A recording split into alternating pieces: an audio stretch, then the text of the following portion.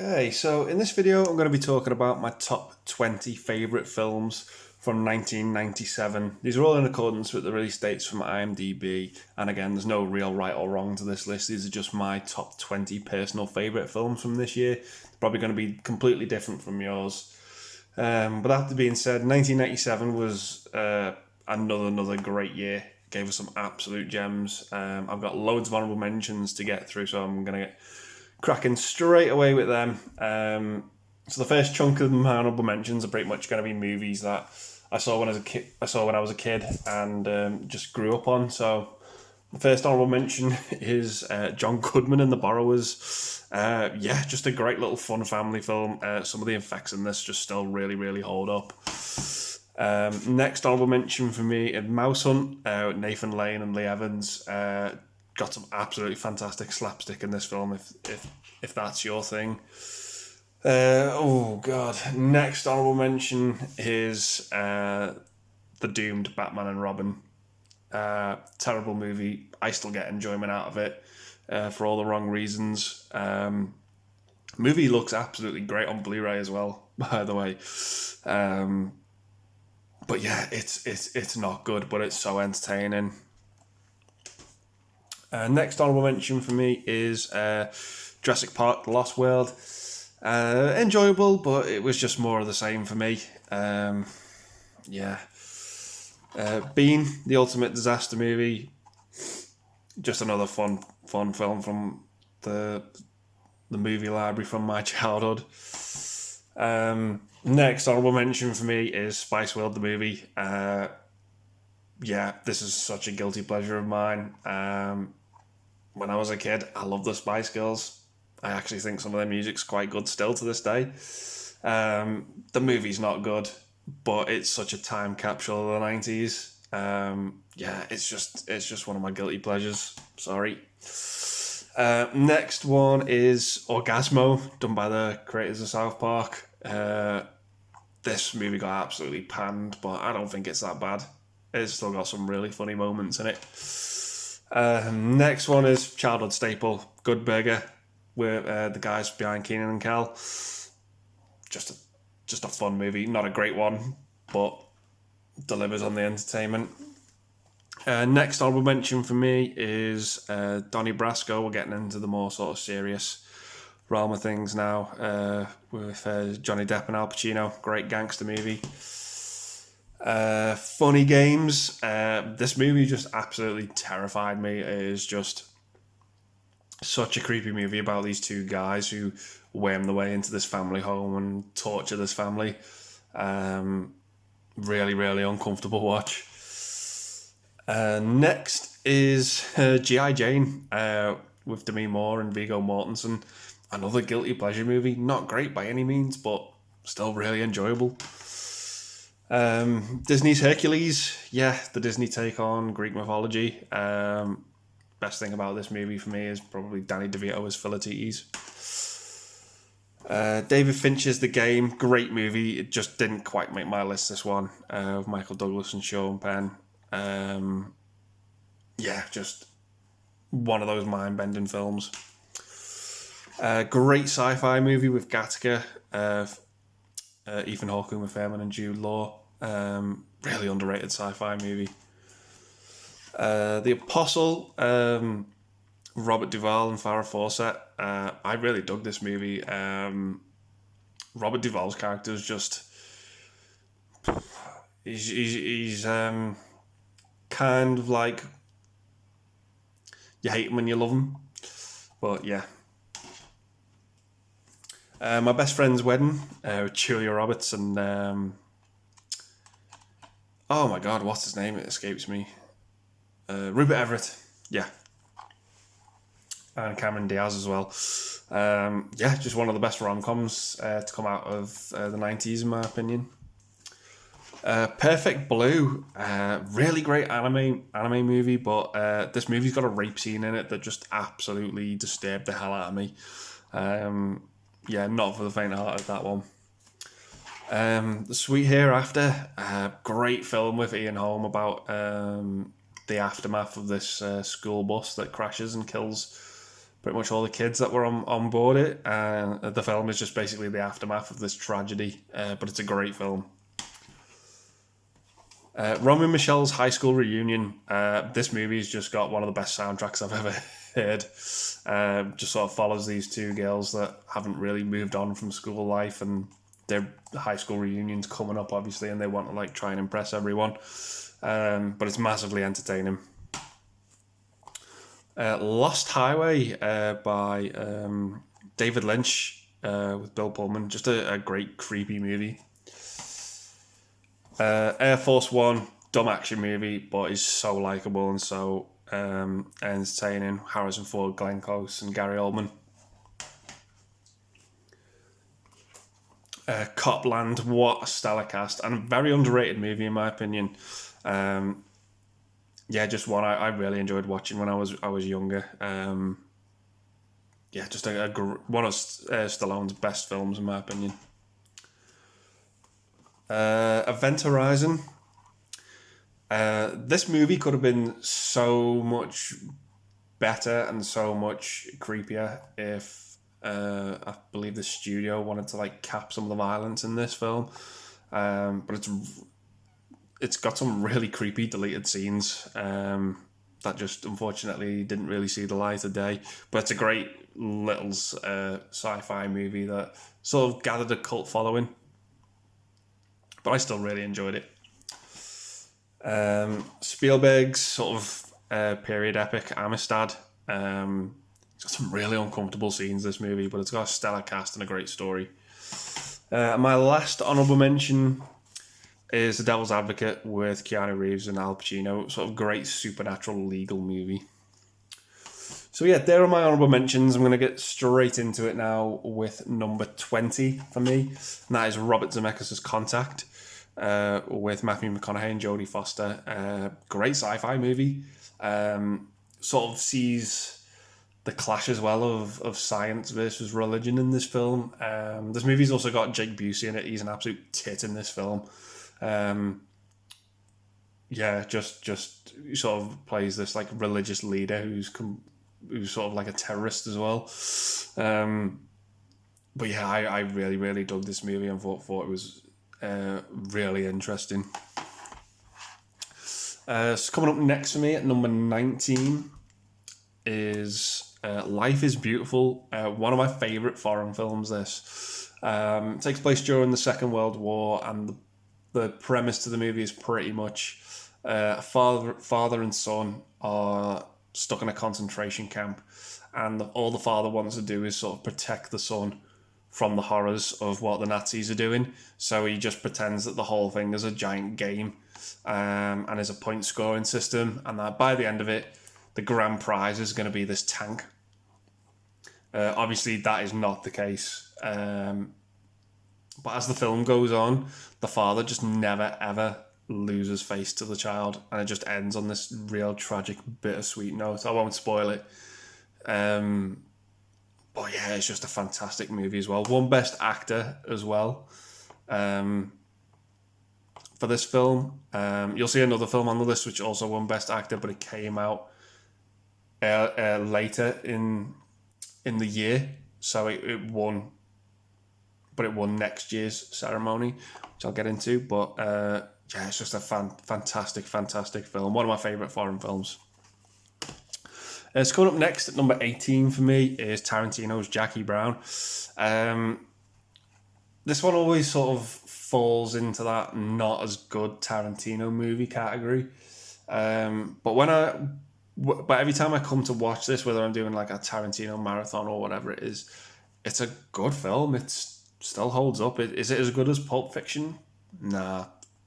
But that's not to take away from it. It's still really, really enjoyable with a great cast and a great story. Pam Grier, Robert De Niro, Sam Jackson, Michael Keaton, who I absolutely love. He's got a little scene in there as well. All the Tarantino-isms you'd expect. It's not one I keep coming back to, but it's still quite a good film. It's one of those films you forget it's how good it is in a way, which is a real shame. But yeah, it's one. It is still got a quality punch to it. So coming up next for me is Ron Howard in Private Parts. I love this film. It's absolutely hysterical. It sort of follows Howard Stern. Did I say Ron Howard? No. It's Howard Stern, who is pretty much wants to be this DJ, and how his rise to fame happens. But he's a very controversial DJ. He covers a lot of sordid topics. Very rude, very funny. The company he works for just don't really like him, want him to sort of stick to their brand of radio presenting, but he would just want us to branch out and do his own thing, which is probably for the best, but not everyone likes it. There's a hilarious scene where he makes a woman actually climax over the radio, involving a speaker, which he just makes these noises. It's just so funny. You got Paul Giamatti in there as well as the villain. Yeah, I just dug this movie. It was just so much fun. Fantastic soundtrack as well. Yeah, I really, really dug this one. So next for me, at number 16, is the film that won Best Actor the following year. It won quite a lot of Academy Awards, and that is as good as it gets. Helen Hunt, Greg Kinnear, and of course Jack Nicholson, Cuba Gooding Jr. in there as well. It just follows Jack Nicholson's character, who's like the most impossible OCD person you'll ever meet. He's just so off the cuff and annoys a hell of a lot of people. And it's this situation arises with Greg Kinnear, who lives on the same floor as him in his apartment, gets broken into and beaten up. And an event happens where these characters sort of have to spend time together. And the relationships between them just sort of blossom, and they get to know each other. It was just a fantastic drama with some good comedy moments in it as well. I love the scene that happens towards the start of the film with Greg Kinnear's dog, what Jack Nicholson does to the dog, and his response when Greg Kinnear shows up at his door is just absolutely great. And then Cuba Gooding Jr. shows up. He's like, "No, having absolutely none of that. Yeah, tell me where the dog is." It's superb. Check this one out if you've not seen it. So coming up next for me, at number 15, is Angelese, the Ice Storm. Great cast. This movie: Kevin Kline, Joan Allen, Sigourney Weaver, Tobey Maguire, Christina Ricci, Elijah Wood. Superb drama film. I don't want to get too much into the plot with this one. But I absolutely dug this film so much. I believe it was Gene Siskel's favourite film of the year as well. It's so good and so great. Check it out. It caught me off guard as well with what happens with Elijah Woods' character towards the end of the film. I won't say what happens to him. But yeah, it just sort of takes place. It's these two families that the drama just develops between them during Thanksgiving in the 70s, and it's just such a superb film. One of my favourite Ang Lee films. It's up there with, Life of Pi and Brokeback Mountain. Just absolutely superb film. If you've not seen it, check it out. Absolutely great. So coming up next for me at number 14 is Breakdown with Kurt Russell. Just an absolutely great suspenseful film. So Kurt Russell and his wife are on the road. They obviously break down. Someone comes along, says, "Oh, I'll take the wife to the nearest telephone." So ages passes and they never come back. And Kurt Russell's on his own and ends up meeting a police officer and the guy who took his wife. And the guy's just like, "I've never seen him before in my life. I don't know what he's on about. I've never seen him or his wife that he's on about." And Kurt Russell's like absolutely losing his shit. Like, "What are you talking about? He's lying. And the officer's just like trying to see both sides of it as to what's going on. But it just leads to an absolute great suspenseful film with an absolutely fantastic action-filled climax that I absolutely loved. Scene at the bank as well. Trying not to talk about too much about it to get into spoilers, but it's just really, really suspenseful, and the movie just creates such great tension. Absolutely love it. So coming up next for me, at the number 13 spot, is Grosse Pointe Blank with John Cusack, Minnie Driver, Alan Arkin, and Dan Aykroyd. Movie is basically John Cusack's character is a professional hitman, and he's going back to his hometown for his high school reunion, and just absolute insanity ensues towards the end. Just a great action comedy movie. Dan Aykroyd's actually fucking off the hook in this film. The line he delivers about the brain hole in the sort of little canteen, just as you've never seen Dan Aykroyd like that before. It's just so strange and bizarre to watch, but just a great fun comedy action movie. Just one of the standouts from 97 for me. So speaking of action movies, coming in at number 12 for me is the first of two Nicolas Cage movies, and that's Conair. Just off the hook action at its finest.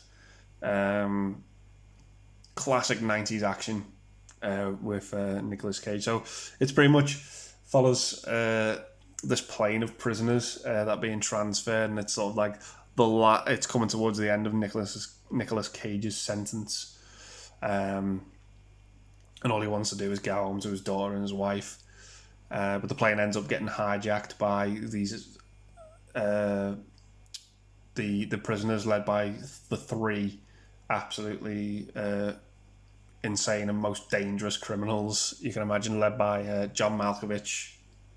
Fucking great in this film. You've got John Cusack in this again, sort of playing the police officers, try and keep it all under control. It's just fantastic action. Gets a little bit silly towards the end when they end up in Vegas. It sort of takes that step too far, but as I said, doesn't really take away from the movie. It's still rewatchable and delivers on the entertainment factor through the roof. 11 out of 10. So that being said, I'm going to move on to the next Nicolas Cage movie that came out at my number 11 spot, and that is Face Off with Nicolas Cage and John Travolta as well. This film has these two absolutely insane actors, and it just takes them to the absolute max with what they can do with the storyline. Basically, John Travolta is the good guy, Nicolas Cage is the bad guy. So in order to find out some information about where this bomb's going to go off, John Travolta undergoes this procedure which removes his face and has Nicolas Cage's face implanted on his, so he can try and get the information. Nicolas Cage wakes up from the coma that he's in, gets them to put Travolta's face on his, and they kill and get rid of all the evidence that proves this operation ever existed. And it just leads to the two actors trying to out crazily act each other, and it's just absolutely fan-fucking-tastic and insane. I can't really say much more about it other than the film just has to be seen to be believed. Great action film by John Woo as well. Got all the tropes. The doves are in there. The action set pieces towards the end are absolutely fantastic. As I said, the highlight of the film, though, for me is Cage and Travolta just trying to out-act each other. It's brilliant. I can't really say much more about it than that. So, coming up at number 10 for me is Luc Besson's The Fifth Element. Bruce Willis and Gary Oldman. Great action sci-fi movie. It just has this real sort of Blade Runner vibe to it with its designs. Chris Tucker as well is in this movie. A lot of people think he's one of the most annoying characters to ever grace cinema. I don't actually mind him. I think he's all right. I don't think he's it's not genius level of comedy, but I don't actually mind him in this film. I think he's good. yeah, it's just a great visual experience and a great, fantastic story. Basically, the MacGuffin of the film is these four elements that Gary Oldman's trying to get hold of for his boss, which we never actually see. We never actually see Bruce Willis and Gary Oldman meet in the film. As well, they just sort of like always just miss each other. It's one of those like Star Trek 2 and Star Wars movies where the good guy and the bad guy never actually meet. But it is such a great, good sci-fi movie. It's not for everyone. A lot of people sort of don't really get it, and that's absolutely fine. I completely understand why. It's a very sort of, I would describe it as a very niche sci-fi movie. It's not an easy one to tap into. Takes a couple of watches, needs some time to sort of marinate and settle. But I absolutely love it. I loved it from the first time I watched it. I thought it was absolutely superb. It's coming in at number 9 for me. Is the first of a trilogy, and that's Mike Myers' Austin Powers. I think the first one's probably the most competent film. The second one's probably my favourite. Don't mind the third one. It's got some good moments. They throw Michael Caine in there as well as Austin Powers' dad, but that's absolutely great. But the first one, yeah, you see Mike Myers play both the hero and the villain in these films.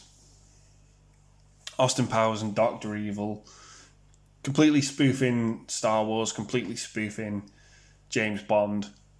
All of those tropes are there.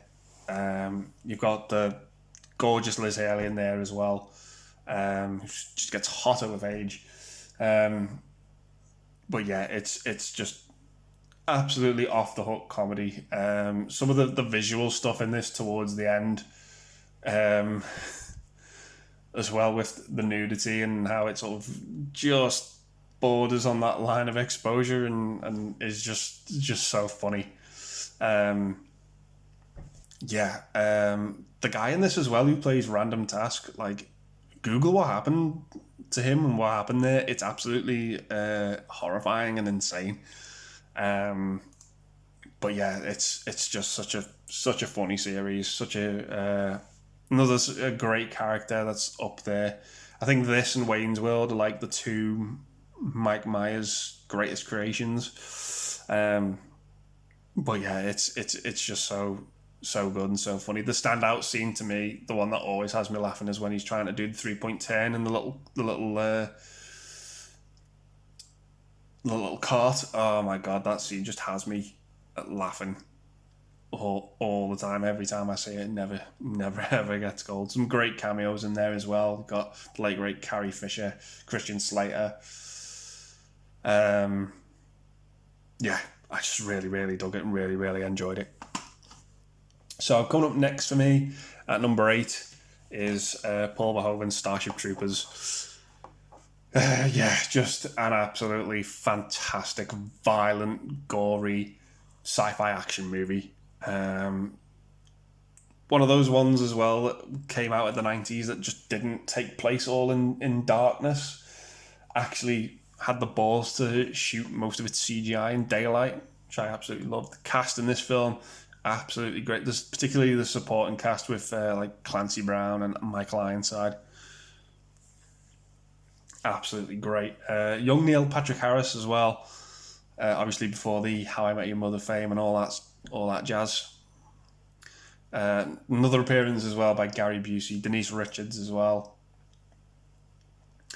I just dug this movie. Saw it when I was way too young, but I loved the violence in it. It sort of is basically humans versus giant bugs. What's not to love? It's just so good and so entertaining. I can't really say much more about it than that. It's just popcorn fluff. It's not like the other films at the sort of the top end of this list for me, that you'll see a bit later on, but it's still absolutely great and absolutely enjoyable. You could say a guilty pleasure, but I don't think it is. I still think it's a very competent film. That brain bug as well is one of the most disgusting, terrifying things I've ever seen in film. It just frightens me. It just sort of looks like a cross between a spider and a vagina to me. It just, it creeps me out. So I have to give props to the design of that, because that really, really got under my skin. That it's just such a horrible looking creature. But yeah, it's great. It's Paul Verhoeven. It's over the top violence, over the top action. Absolutely superb. So coming up next for me at number 7 is the first Men in Black film. Starring Will Smith, Tommy Lee Jones. Just absolutely great sci-fi movie. To be fair, Vincent D'Onofrio was the villain in this film. Absolutely terrified me as a kid. He's just so unrecognisable in this film as well. I think the first sort of, this is like my first film that I saw with Vincent D'Onofrio, but I really sort of took notice of him in Full Metal Jacket when I saw that many years later. So the premise of the film is basically aliens have existed for however long, and there's this sort of government program that's trying to keep it all under wraps. And Will Smith's character just sort of ends up being recruited into this department, being partnered with Tommy Lee Jones's character Kay. He's worked there for years. And we're sort of going along the journey with Will Smith and seeing this world, this exposed world for the first time.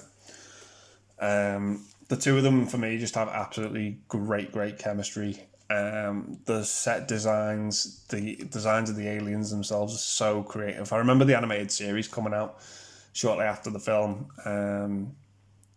But yeah, it's just a superb, entertaining sci-fi movie that I absolutely love. The sequels, 2's not great. 3's watchable and enjoyable. It's probably the best out of the sequels. Men in Black International was fucking dire, in my opinion. Just a total misfire. But yeah, that is Men in Black at number 7 for me. So number 6 is a Kevin Smith film, and that is Chasing Amy. I dig this movie every time I watch it. I just think it's absolutely great, and it's just one of the best character written movies by Kevin Smith for me.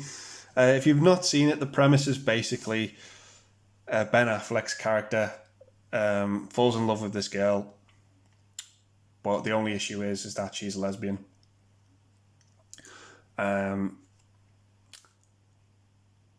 They do end up together in the film. That's not spoiling it, but Ben Affleck's character discovers a bit more about her past and a bit more about her history, and it just leads to this conflict in the relationship where Ben Stiller's character is basically worried that he's not going to be enough for her because of her sexual experiences in her past, but she's just like, screw all that.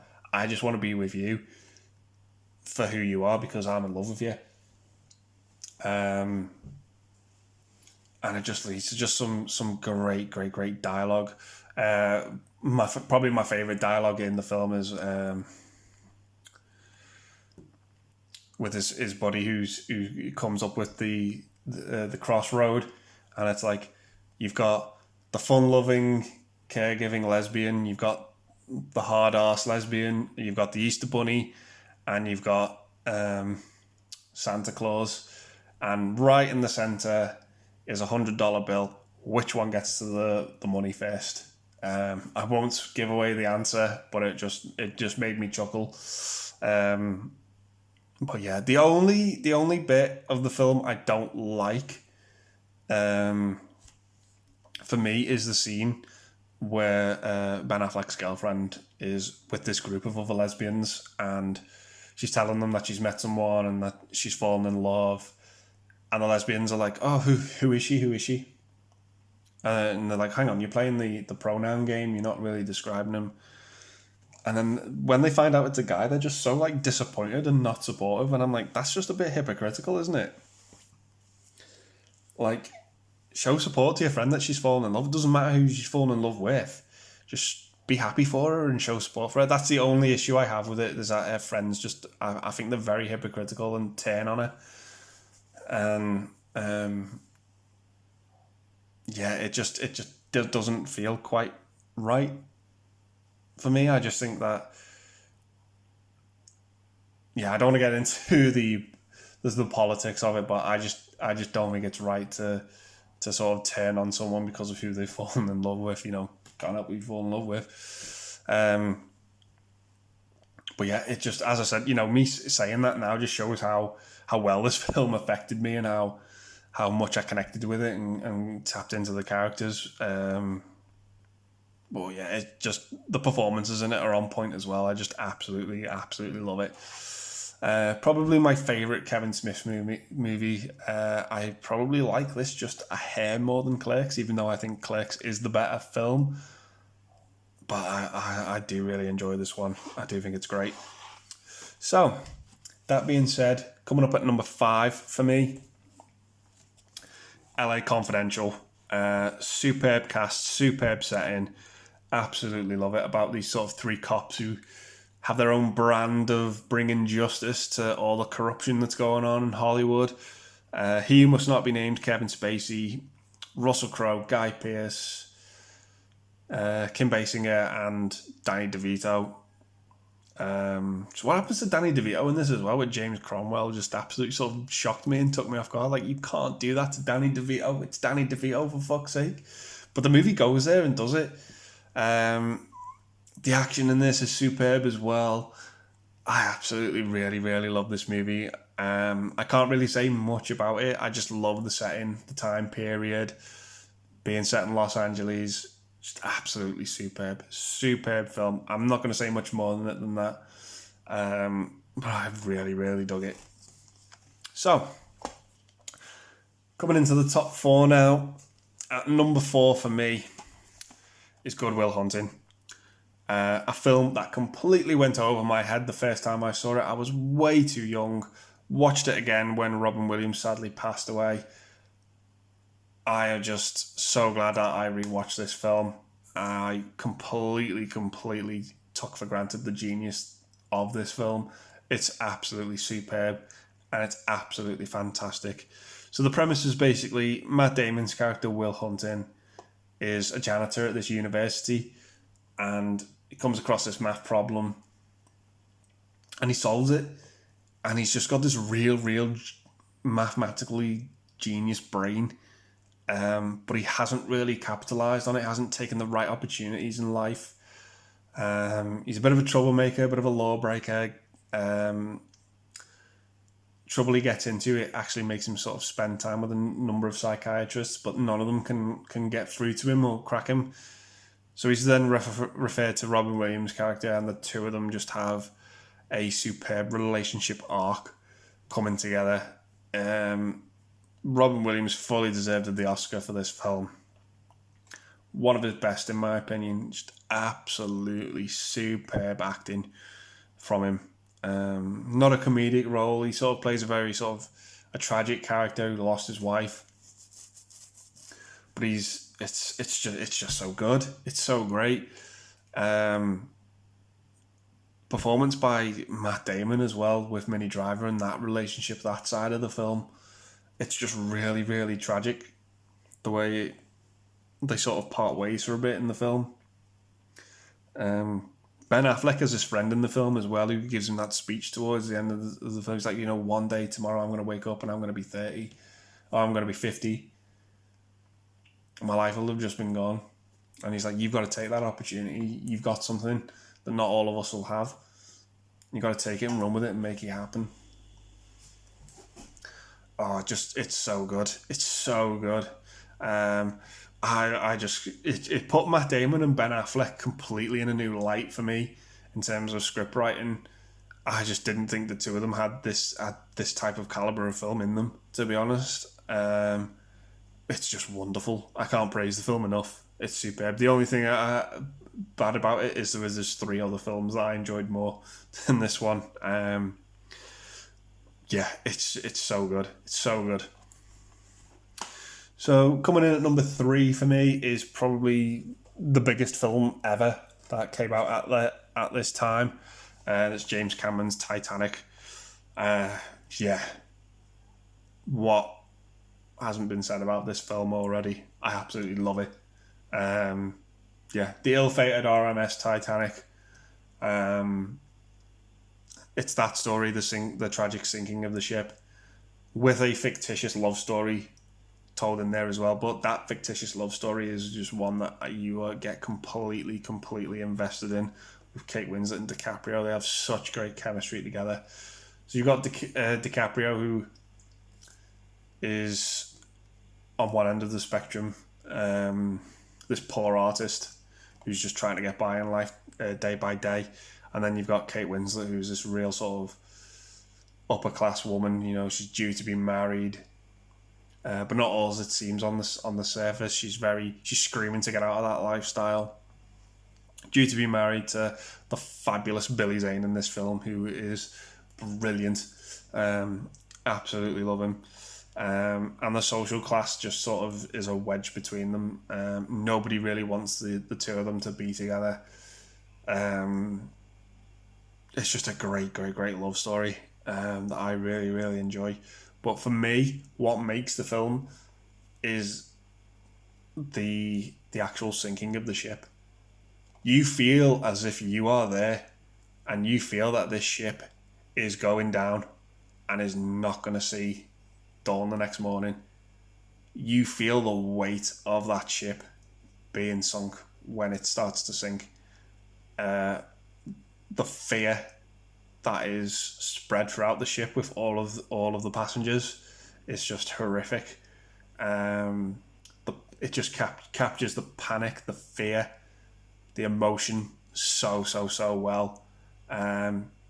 Bill Paxton as well. You always forget Bill Paxton's in this film as well as he's there to sort of follow the subplot of the film, which is to discover the heart of the ocean, which was this famous jewel, which was believed to have gone down with the Titanic,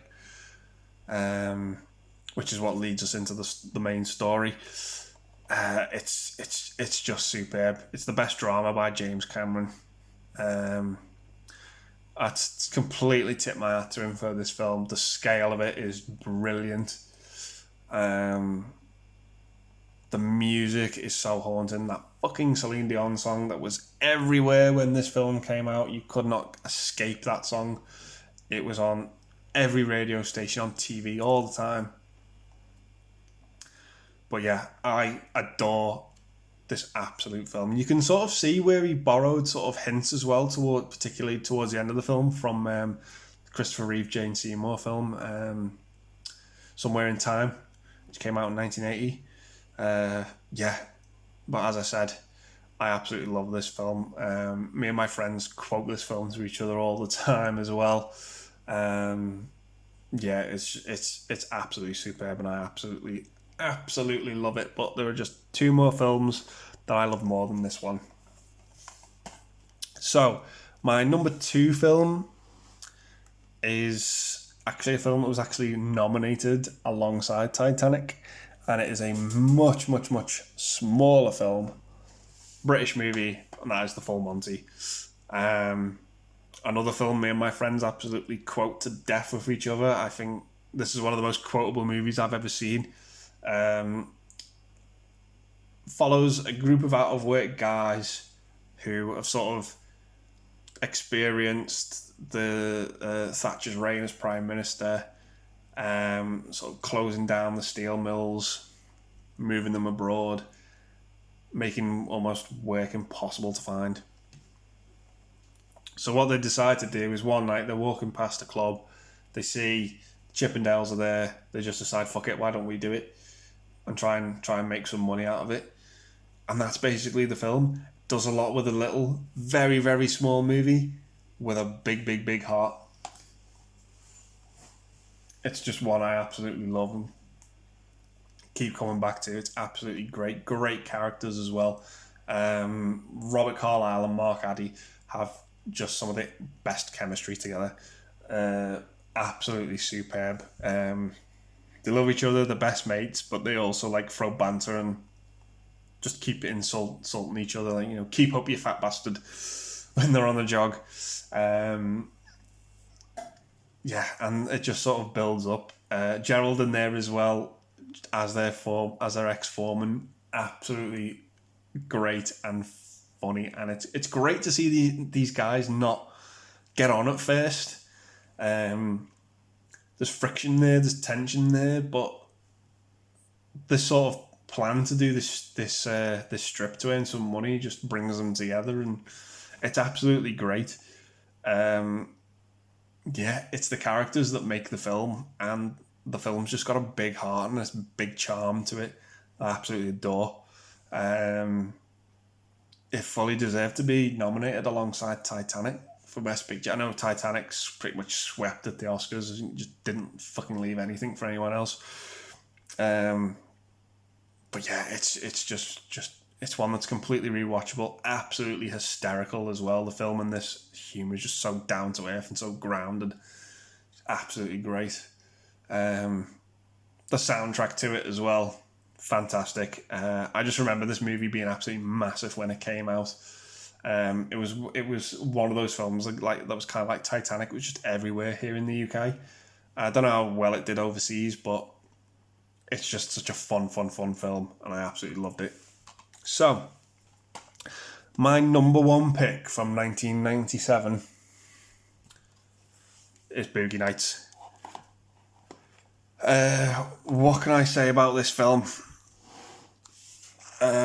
I just fell in love with this film the first time I saw it.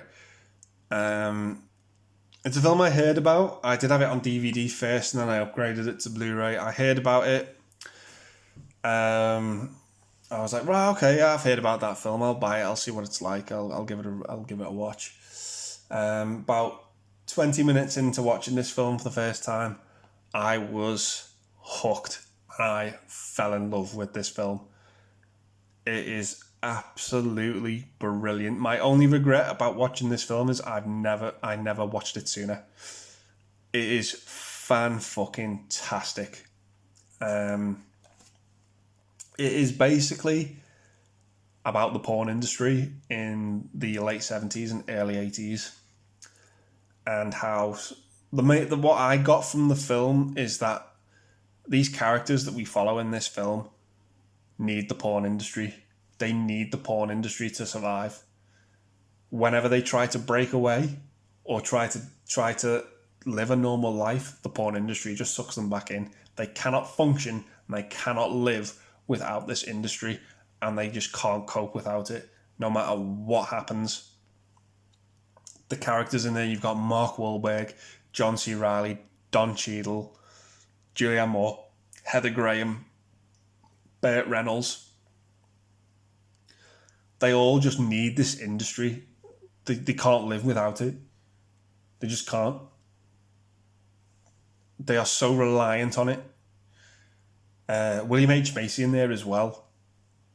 Sort of ends up killing himself with what happens with him and his wife because of this industry. Don Cheadle's character can't get a loan to start his own business because of his connection to the porn industry. Julianne Moore, who's seeking to get custody of her child back, can't do it because she works in the porn industry. Dirk Diggler, played by Mark Wahlberg, all he has is the porn industry. No one else wants him. The scene, for me, the turning point for me is the scene where his mother kicks him out of the house. It's just so tragic and so heartbreaking, and it's frightening. You get scared. It's like, what am I going to do? What am I going to do? The soundtrack in this film, absolutely superb. I've mentioned the supporting cast. Philip Seymour Hoffman's in there as well. Absolutely great. But my favourite scene from this movie, well, there's two really. I'll talk about my lesser favourite scene, is the scene where Don Cheadle's character ends up getting caught up in a robbery at this dessert place. It's just so tense, and just what ends up happening with this shootout is just absolutely insane, but it works to his advantage, and he just takes it and runs with it. So good, so great. But my personal favourite scene involves Thomas Jane, Mark Wahlberg, John C. Reilly, and the great Alfred Molina. Oh my God, this scene is just one of the best scenes I've ever seen in film. It might be up there in my top 2 favourite movie scenes from a film ever. Oh my God, it's just this stretch of amazingness. Where they're trying to carry out this drug deal, but it's not drugs, it's just flour. But they're trying to just get money, and the sad music that's playing, Sister Christian, and then Jesse's Girl, and then 99 Red Balloons. Oh my God, it's superb. And just to see Alfred Molina lose himself to the music, and he's just one of those characters in movies that is only on screen for a matter of minutes. I think it's less than 10 minutes. And he is more justified and has more character to him than some characters that have been in the full 90 minutes or 2 hours of a film. His presence is just so felt and so wonderful. And it's superb. Like, you've got a movie like Star Wars with Jar Jar Binks, who's in pretty much the majority of the film. And then you've got a film with Boogie Nights with Alfred Molina, who's in the film for like less than 10 minutes. Left more of an impact on me, was less annoying. Oh my God, this guy's just absolutely fantastic. He's just this little quirky guy who's like, oh, I hate when albums come out and it's like the songs are in a certain order and it's like you've got to listen to it in that order. He's like, I fucking hate that. He's like, I make these little mixtapes. And he's got good taste in music, I'll give him that. Just absolutely fantastic. When he's dancing and singing in his robe to Jesse's Girl, oh, it's so tense and so brilliant. I can't praise this film enough. Julianne Moore and Heather Graham in this as well, 2 absolute stunners. I can't praise the film enough. It was just such a thrill. And I'm so gutted that I will never ever be able to watch this film for the first time ever again, because it just hooked me so well and blew my mind. The acting, the music, the story, just absolutely stellar. It's 3 hours long, the movie. It's nearly 3 hours long. You do not feel 1 second of it. It's that good. It's that good. Can't praise it enough. If you've not seen it, just go and get the Blu-ray. Me and my friends watched this. I showed this to them for the first time. I went round to my friend's house like a couple of weeks later. It was on his shelf. He just went out and bought it. I just love it that much. So good. Superb film. Can't fault it. One of the best movies to have such engaging characters in it as well. Fantastic. So, yeah, they're my top 20 favourite films from 97. So, I hope you've enjoyed the video. I'm going to leave it there, and hopefully I'll be back soon with my top favourite films from 1998. So yeah, if you've enjoyed the video, please think about subscribing, hitting a like and all that jazz. Share the videos, spread it out to friends and things like that. So I really hope you've enjoyed it. I hope you've been inspired to see some of these films if you've not seen them before. I'm fully recommending all of them, of course, even the honourable mentions, but especially the ones that I've picked out to make my list of top 20. So yeah, I'm going to leave it there and say thanks very much for watching and take care.